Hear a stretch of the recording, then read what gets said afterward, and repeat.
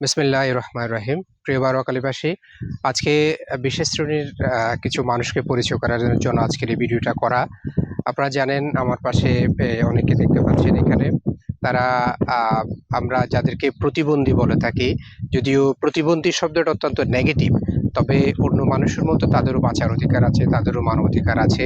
প্রকৃতির অমোঘ নিয়মে কিন্তু সাধারণত জন্ম নেওয়ার সময় কিংবা জন্মের পরে শারীরিক বিভিন্ন প্রক্রিয়ার কারণে কিন্তু তাদের মানসিক বিকারগ্রস্ত হয়, মানসিকভাবে সমস্যাগ্রস্ত হয়। আজকে আমাদের যেমন নাক আছে, মুখ আছে, হাত আছে, শরীর আছে, একটি বডি আছে, পরিপাকতন্ত্র আছে, তেমনিভাবে এই যাদেরকে দেখতে পাচ্ছেন আমার পাশে, আপনারা সবাই চিনেন, তারা সবসময় বারোয়াকালী বাজারে কিন্তু অবস্থান করেন। তাদের মধ্যে অনেকগুলো ক্রিয়েটিভিটিও আছে। তারাও আমাদের মতো কিন্তু মানুষ, তবে শুধুমাত্র মানসিক একটুখানি দুর্বলতার কারণে হয়তো মূল স্রোত থেকে তারা বিচ্ছিন্ন হয়ে পড়েছে। এখানে মেসেজ দেওয়ার যে বিষয় সেটি হচ্ছে, সমাজের এই নিয়মে কিন্তু অনেকে তাদেরকে নিয়ে মজা নেয়, মজা পায়, এটি হয়তো প্রকৃতির নিয়ম। তবে আমাদেরকে ভাবতে হবে মজা নেওয়ার আগে তাদেরও বাঁচার অধিকার আছে, তারাও মানব সন্তান, তাদেরও সুস্থভাবে বসবাস করার অধিকার আছে। সরকারের বিভিন্ন প্রকল্প আছে এদেরকে পুনর্বাসন করার। স্থানীয়ভাবে যদি আমরা ইউনিয়ন পরিষদের কথা বলি, তাদেরকে পুনর্বাসনের কোনো উদ্যোগ কিন্তু আমরা দেখতে পাই না।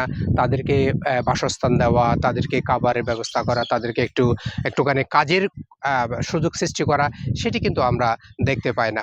তো আমি এই ভিডিওর মাধ্যমে স্থানীয় ইউনিয়ন পরিষদ এবং উপজেলা প্রশাসনের কাছে আমরা আকুল আবেদন করছি যে এই মানুষগুলো আছে, তাদের জন্য, সমাজের যে পিছিয়ে পড়া যে জনগোষ্ঠী যারা মূল স্রোত থেকে একটুখানি বিচ্ছিন্ন, তাদের জন্য মানবিক দিক থেকে তাদের বাসস্থান ব্যবস্থা করায়।